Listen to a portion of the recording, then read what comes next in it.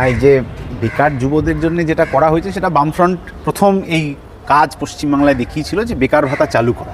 কিন্তু তখন নিয়ম ছিল, বামপন্থী যুবদের আন্দোলনের দাবিও ছিল যে হয় কাজ দাও না হলে বেকার ভাতা দাও। তাহলে বেকার ভাতাটা হচ্ছে যতদিন সে কাজ না পাচ্ছে তার জন্য ব্যবস্থা।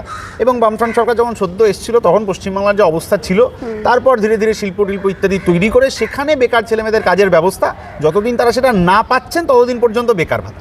কিন্তু 15 বছর ধরে একটা সরকার চলছে, তারপরে গিয়ে আগামী আগস্ট মাস থেকে আগামী 5 বছরের জন্য এই যে ভাতা ওরা চালু করছেন, সেই যারা ভাতা পাবেন 5 বছরের জন্য ভাতা হবে, তাহলে সেই 5 বছর যখন পেরিয়ে যাবে বা সেই 5 বছরের মধ্যে ওই বেকার ছেলে মেয়ে সে কোথায় চাকরি খুঁজে পাবে, তার জন্যে কি প্ল্যানিং আমাদের রাজ্যের সরকার, তার বাজেট, ভোট অন অ্যাকাউন্ট আপনি যে নামই বলুন করলেন, সেটা কিন্তু আমরা জানতে পারলাম।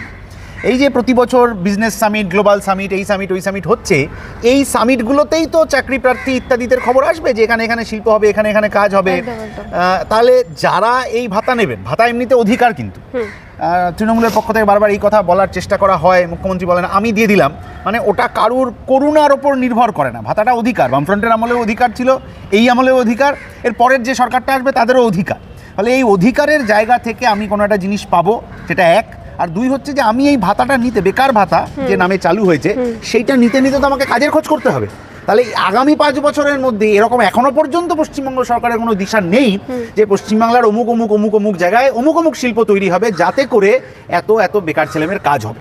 তাহলে কাউকে বেকার ভাতা বলে আমি কিছুটা তাকে সাময়িক রিলিফ দেওয়ার চেষ্টা